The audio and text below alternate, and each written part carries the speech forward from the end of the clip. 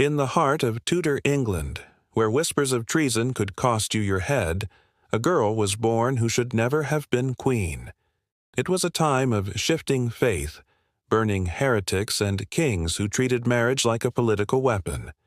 Into this storm came a princess marked as illegitimate, dismissed as weak, and overlooked simply for being a woman in a man's world.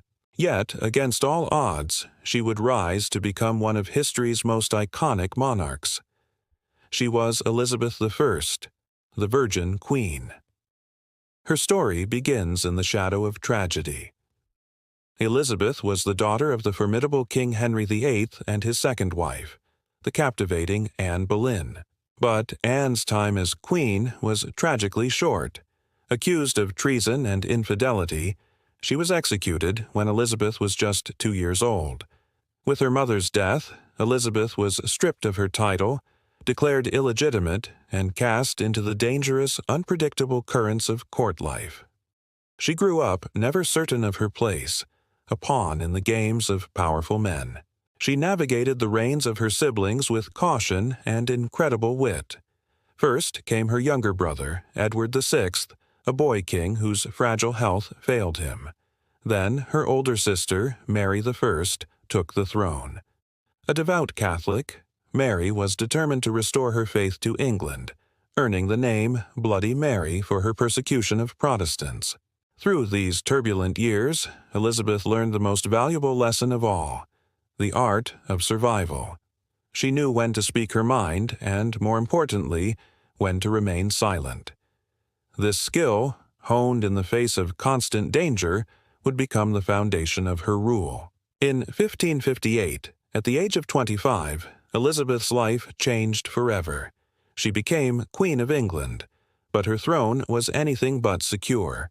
The kingdom was deeply divided by religion. Catholic Europe viewed her as a heretic and a usurper. Her own subjects doubted a woman could rule alone. She was unmarried, without a king by her side to strengthen her claim. Many expected her to be a mere figurehead, a puppet for ambitious noblemen. But Elizabeth had other plans. She stunned her court and the world by choosing not to marry. Instead, she declared herself married to her people, to England itself. The title she adopted, the Virgin Queen, was not just a personal choice, it was a masterful political strategy.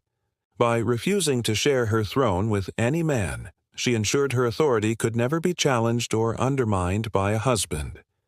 She took what her enemies saw as a weakness, her gender, and turned it into her greatest strength. Her reign ushered in what became known as the Elizabethan Age, a golden era in England's history. She skillfully navigated the treacherous waters of religious conflict, forging a new Protestant identity for the nation that would shape its future for centuries. She faced down threats from abroad, most famously the Spanish Armada in 1588. As the vast fleet of Spain sailed to invade her shores, Elizabeth, clad in armor, stood before her soldiers at Tilbury. In an electrifying speech, she declared that while she had the body of a weak and feeble woman, she had the heart and stomach of a king. The Armada was defeated, a victory against impossible odds, and her legend was sealed forever. But Elizabeth's power wasn't just built on military might. She was a master of political theater. She understood the importance of image and carefully crafted her own. The iconic pale face, the fiery red hair, the magnificent jewels, and the elaborate gowns. To her subjects, she wasn't just a queen. She was a symbol. She was Gloriana, a living embodiment of England's stability, glory, and destiny. Her portraits projected an aura of untouchable majesty, and her words inspired unwavering loyalty. Under her rule, culture flourished like never before. This was the age of William Shakespeare, whose plays lit up the London stage and redefined literature. It was an age of exploration, as voyagers like Sir Francis Drake and Sir Walter Raleigh carried the English flag across uncharted oceans, planting the seeds of a future empire and stretching England's vision beyond its shores. Yet, for all the splendor, Elizabeth's reign was not without its shadows. She ruled with a firm hand, signing death warrants for those who plotted against her. Her own cousin, Mary, Queen of Scots, became both a rival and a tragic victim.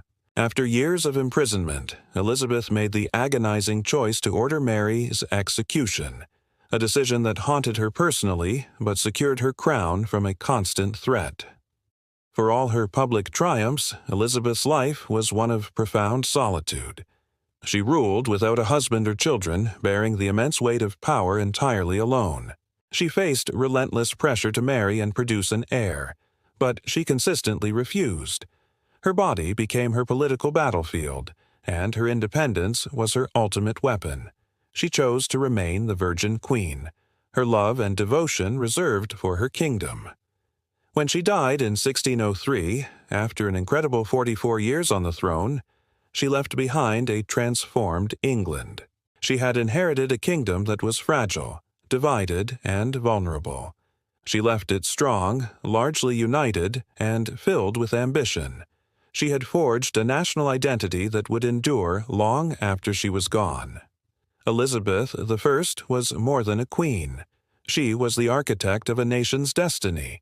Her life is a powerful testament that strength is not defined by gender, but by courage, wisdom, and an unbreakable will. She proved that power need not wear the crown of a king. She was brilliant, fierce, flawed, and unforgettable. She was England itself. If you want to uncover more untold stories of queens who defied their world and reshaped history, join us on this journey. Subscribe and click the notification bell so you never miss a chance to let the past breathe again. Thanks for watching.